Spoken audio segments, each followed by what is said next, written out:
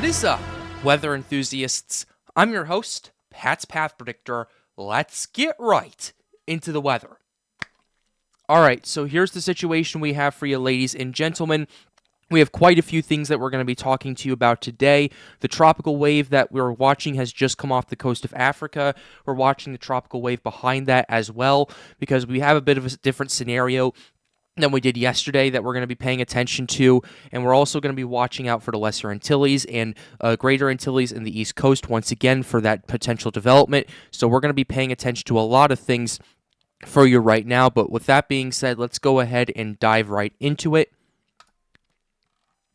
So starting off, we're going to go ahead and go to the Eastern Atlantic to show you what we have with satellite imagery. So here's what we got. We have a tropical wave. The tropical wave that we're paying attention to coming off the coast of Africa right here has a decent amount of rotation on it already as it's just moving off the coast over here. And you have another tropical wave that we're watching behind that. We'll talk more about that in a minute. But I want to go ahead and show you what's been happening over the last 20 or so hours just to kind of show you what's been going on. So basically this wave moved through Mali, moved through parts of Mauritania and parts of Senegal right here into Gambia, and is coming off the coast of Africa. And notice, at least right beforehand, there's a lot of big convection that's going on here. It looks like a very juicy and very healthy wave that's coming off right here at this current point in time in terms of convection. But what you're noticing as this comes off the coast of Africa is a lot of the convection starts to dissipate and starts to fade away.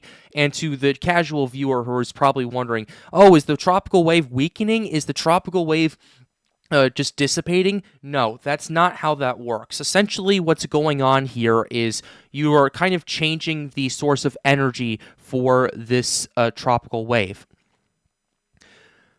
And the best way I can describe that for you is when it's on land, when convection like this is on land, generally the forcing that kind of generates this convection is like for land driven, which is kind of generated from baroclinic forcing, generated from fronts, generated from updrafts and downdrafts and that stuff.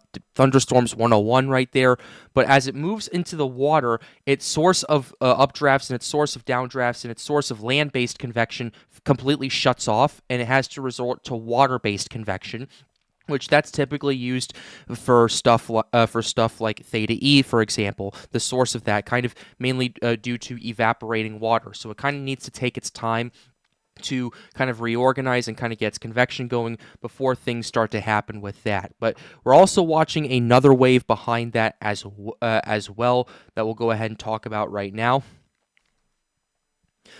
And what's going on with this other wave over here, it's currently in Central Africa right now. I don't think we have any satellite imagery that can show you that right here on Tropical Tidbits, but what I can tell you is we're looking at a scenario where the wave that's currently coming off the coast of Africa, that's currently moving through the MDR right now, doesn't develop and only moistens the atmosphere, and the wave behind it ends up developing. That's something that's been kind of supported by the European in previous runs, the European model.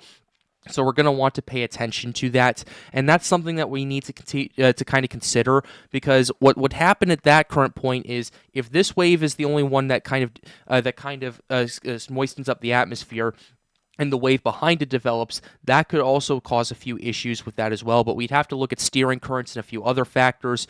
So we'll talk more about that in a second. But starting off with the models right here, we're going to go ahead and shift over to the European Ensemble, getting everything pulled up for you right here. Shifting over right now, what we have for you is the 12Z 96 hours out. Matter of fact, I'm going to go ahead and go back to 72 hours out, because this is when Genesis happens. And there's two discrete areas that I'm noticing for potential tropical development. The first one is closer to the Cabo Verde Islands, right here in the Eastern MDR. The second one is in the Central MDR as well. You're going to want to pay attention to that as well. I'm not 100% sure if it's two separate waves. Actually, I think it is. I think it's two separate low-pressure systems that end up merging and combining down the road, at least from what the operational runs will show you in a second. But what we have for you right here is going to 96 hours out. You're noticing kind of at that point, everything starts to combine, everything starts to merge at this current point, so that's something to keep in mind and take a close eye on. Over here, it's still relatively concentrated, but the 12Z did kind of decrease a little bit compared to the 0Z. I was kind of anticipating this, and as we'll show you in the 0Z a little bit later, it did downtrend a bit there, but that's partly because of what myself and Alex Baller call the splashdown effect. Basically, whenever a tropical wave comes off the coast of Africa, its convection is lost, it loses a lot of its steam. It needs to readjust and get a new source of convection, theta E, like I mentioned earlier. That's why I highlighted it just a few minutes ago.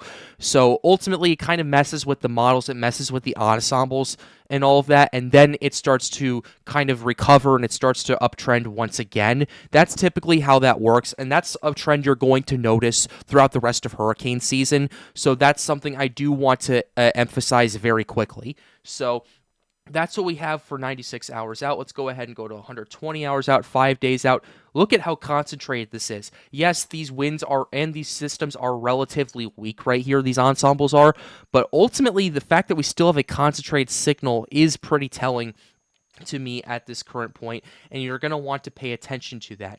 Going to 144 hours out, now you're noticing a bit more of a split in the models. The split, first of all, is this run has shifted a bit further up to the north. Before we were noticing a further southward shift. Now we're going back to the north, and you're noticing a split. Some of these runs want this to stay out to sea, while the majority of them still want this to impact the Leeward Islands and potentially Puerto Rico as this system starts to approach. So that's something we're going to have to pay attention to. Going to 168 hours out, which is about 7 days. I apologize. I know people in the comments are saying, I need days, not hours. So 72 hours is 3 days out, 96 is 4 days, 120 is 5 days, 144 is 6 days. This is now 7 days out. So I do apologize for that. But what we have going on right here, the split's a lot more pronounced. It looks to me that the stronger ensembles and the stronger scenarios are actually pushing further to the south into the Leeward Islands and Puerto Rico and potentially Hispaniola, while the weaker ensembles are shifting further up to the north, which I think is a pretty interesting tidbit to point out for you right here. And going to 192 hours out, as you're noticing right here, you still have those that shift right there, but you're all noticing all these ensembles are starting to make that turn because you're noticing a trough is starting to develop over here further up to the north. Right here, kind of where all these other ensembles are. I think that's kind of the remnants of a mid-latitude cyclone. It's kind of merging and kind of trying to, at least in terms of draw this area of interest over here to this low pressure system. So you're going to want to pay attention to that going forward. And then going to 216 hours out, it's a lot more pronounced, but you kind of have a bigger spread with this. You're noticing 9 days out now, kind of a spread with some of this potentially heading towards Bermuda, some of it heading towards the Bahamas and Florida. That's something you're going to want to pay attention to. But the spread continues to grow at 240 hours out, and we have a couple of ensembles having this enter the Gulf region, but I am a little bit skeptical of this because in order for that to happen, a lot has to go right, and we'll show you the European AMI model, which has kind of been leading the charge with this, and I'll dissect that, and I'll explain to you everything that needs to go right in that second.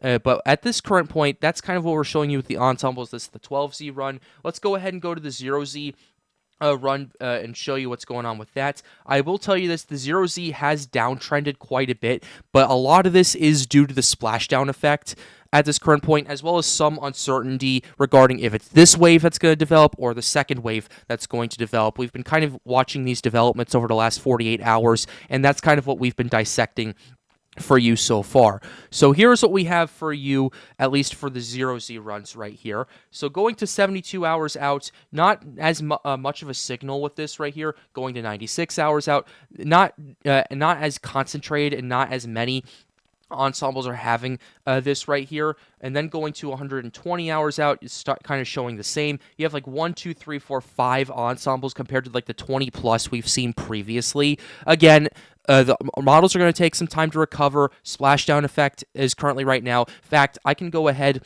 and show you exactly when this wave came off the coast of Africa just to show you why this is so important. So this is what we got right here. This is currently 0Z right here. This is where the wave was currently, and then by the time the run started initializing at this current point, the run started to get out. You're noticing the wave came into Africa off the coast of Africa right here. And by the time we got to about 7 o'clock in the morning Central Time, 12 UTC, right there, excuse me, you're noticing how this is starting to move into off the coast, and you're noticing how this is starting to at least lose its convection right there. This is pretty typical stuff that we see with models and all of that stuff. So before you guys all comment, oh, Pat's making excuses and all of that, this is pretty typical behavior. We noticed this last year on multiple occasions. For example, we had Hurricane Debbie do this. We had in 2023, we had Hurricane Lee do this. We had Hurricane Tammy also do this. In 2021, Hurricane Larry also did this as well. A lot of these MDR systems that ended up developing kind of started off with the splashdown effect. So I do want to make that very clear. So that's something to pay attention to. Also, Fiona did this back in 2022. I forgot to mention that. But ultimately, as we go back to the models right here, go back to the ensembles, we can go ahead and briefly zoom through this for you right here. 144 hours out.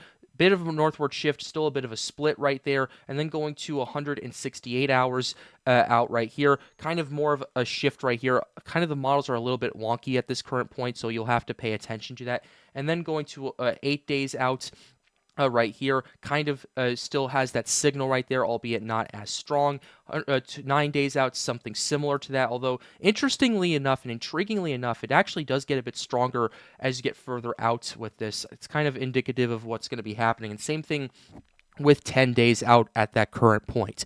But just because you see the ensemble starting to backtrack on this, for right now, I would say hold on a second. Let's wait for this to kind of recover, because this wave just came off the coast of Africa. We're going to want to watch and see how this is ultimately going to happen, because if we're still seeing returns like this, or even weaker, like maybe 24 hours from now, I would go, okay, yeah, there's not very much model support for this anymore. We're going to want to watch that second wave. But that's kind of part of the reason why I'm emphasizing this, because the models are having a hard time figuring out which one is going to develop. And the Europeans favoring more that second wave developing than the first one. And I'll go ahead and show you the operational runs to kind of explain that a bit more.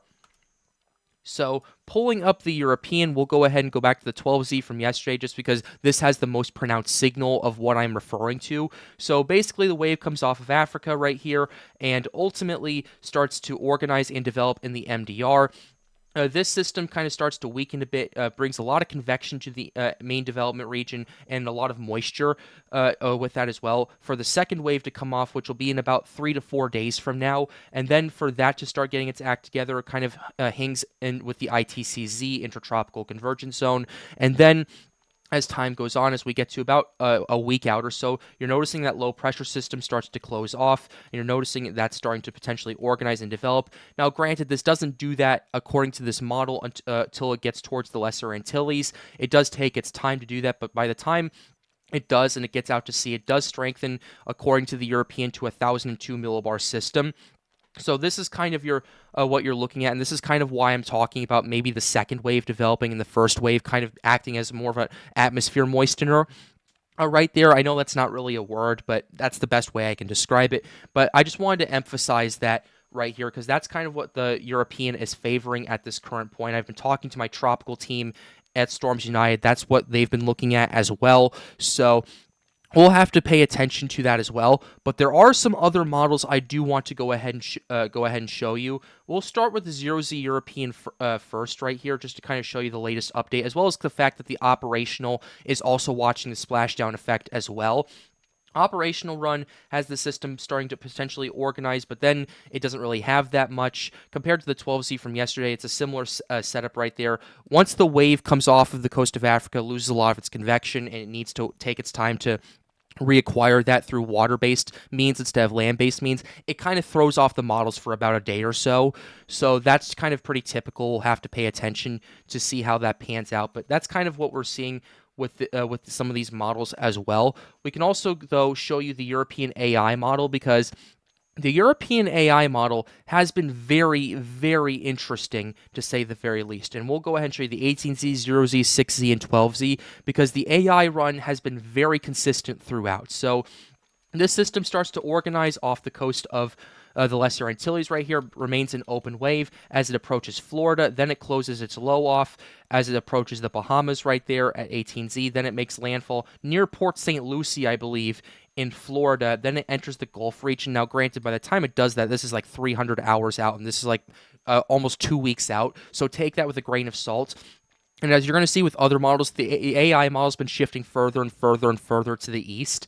But you do have, at least with the 18Z, the system shifting and heading towards the Florida Panhandle right here as a potentially Category 1 hurricane. Granted, this is 2 weeks out. I'm not saying it's going to happen. The AI model is just showing this, and I'm reporting what the model is showing. So that's what we have for you right here. Next thing we're showing you is the 0Z right here, because this is still pretty consistent regarding the trends right here. But as the system approaches the Bahamas, things get a little bit more interesting right here at 0Z. The system actually gets a bit stronger as it approaches the Bahamas, kind of stalls out a little bit, moves slowly. But then it starts to make a turn as there's a bit of a trough that starts to develop here in Canada that starts to pull it, and potentially what we could see, according to the 0Z, is potentially a Hurricane Isaias type situation. 977 millibars, that's a high-end Cat 1 or low-end Category 2 hurricane hitting the Carolinas right there. So the 0Z European AI model, by the time we get to about,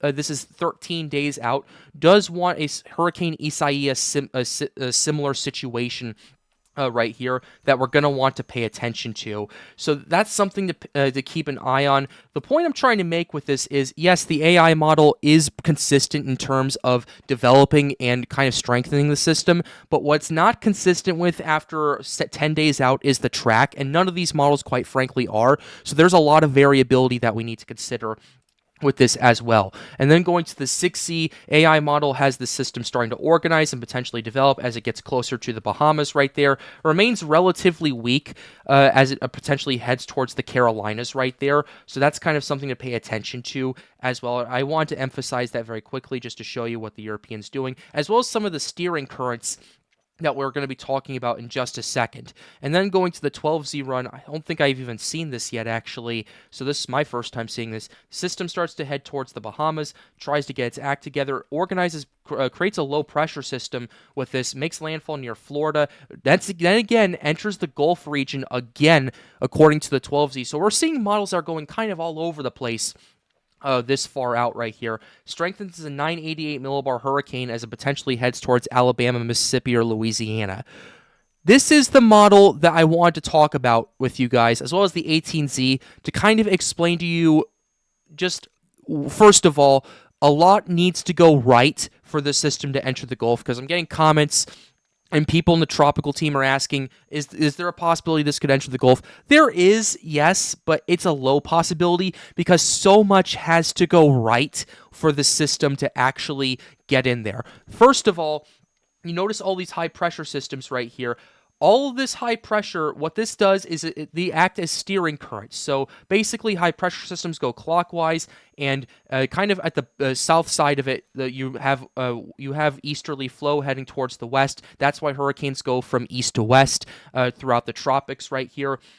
And ultimately, what has to happen is this low-pressure system over here in Canada needs to stay as far away from this low-pressure system in the Gulf as possible. And there needs to be a source of high pressure, probably either just off the coast of the United States or in the Appalachian Mountains, to steer this into the Gulf. And I know the AI model does actually employ this. There's a high-pressure system that's kind of marked off the coast, like in New Jersey, New York, and Pennsylvania, that allows for this to enter the Gulf.